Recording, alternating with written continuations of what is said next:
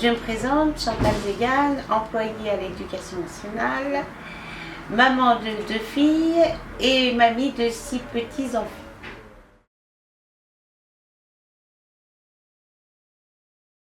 Elle concerne les proches dépendants et les intervenants, les difficultés rencontrées pour certaines personnes. Mon livre apportera peut-être certaines personnes qui seront intéressées par le sujet, peut-être une petite ouverture, en fait, une petite ouverture parce que j'ai l'impression que si moi j'avais été informée, j'aurais été beaucoup moins épuisée, beaucoup moins fatiguée. Voilà, moi j'ai pris maman chez moi sans être préparée.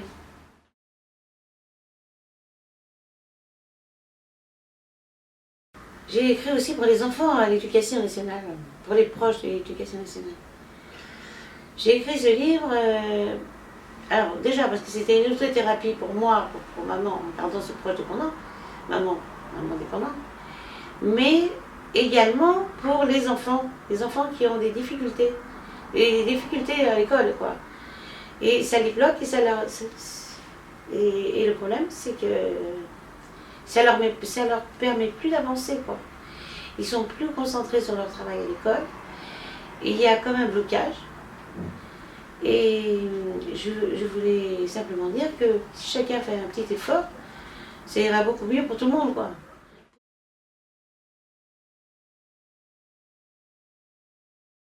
Une satisfaction. Une satisfaction. Ça m'a donné l'impression de me libérer l'esprit. En fait, on est très pris par l'accompagnement d'une personne âgée dépendante ou d'un proche dépendant. Parce qu'au début, vous écrivez pour marquer ce que vous devez faire, parce qu'il y a des millions de choses à faire. Vous n'êtes pas habitué, vous n'êtes pas formé. Donc, vous commencez à marquer de ne pas oublier ceci, pas oublier cela. Et en résultat, les pages, elles continuent de s'écrire et chaque jour au quotidien, vous notez ce que vous faites ou ce que vous devez faire pour le lendemain. Et donc je trouve que l'écriture c'est très très important pour nous accompagner dans cette dépendance, en fait. On se libère, quoi. C'est une autothérapie, quoi. Enfin pour moi c'était le cas, hein.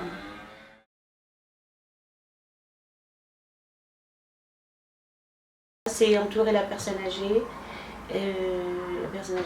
déjà l'entourer d'affection, de tendresse, d'une présence. Et ça, c'est impératif. C'est impératif de lui apporter votre soutien, de l'affection et déjà vous retrouvez le sourire chez la personne.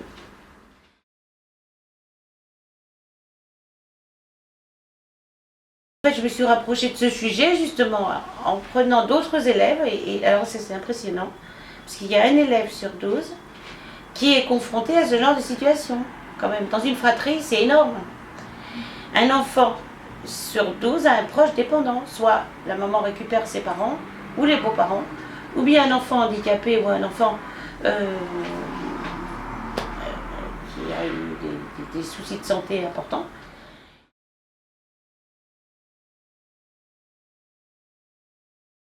C'est très important parce que pour une maman, le seul réconfort qu'elle a, c'est ses enfants. Et les personnes extérieures, elle ne les connaît pas. Moi, je vois maman, c'est pas qu'elle n'aime pas, mais elle n'apprécie pas plus que ça les intervenants, les infirmières, les personnes qui s'occupent d'elle, l'extérieur. Pour elle, elle ne les connaît pas. Donc, ça ne lui apporte pas le même soutien. Je vois bien comment elle réagit avec les gens, elle n'est pas pour autant désagréable, mais on sent qu'elle n'est pas à l'aise, quoi. Moi, elle est plus à l'aise avec ses enfants parce que c'est un devoir de s'occuper de ses parents.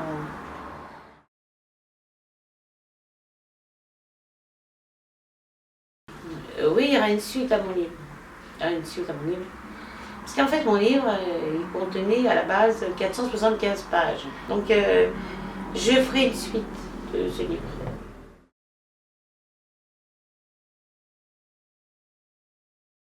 Je voudrais féliciter également toutes les personnes, les 10 millions d'aidants et intervenants qui s'occupent d'un proche dépendant. Et que c'est magnifique d'avoir ce rôle finalement, parce que ça valorise notre identité sociale tout de même, même si c'est parfois difficile. Ça valorise notre identité sociale, ça va. On a fait quelque chose pour ses proches dépendants. Et voilà, on va les féliciter et puis les remercier d'avoir lu mon livre, lu mon ouvrage.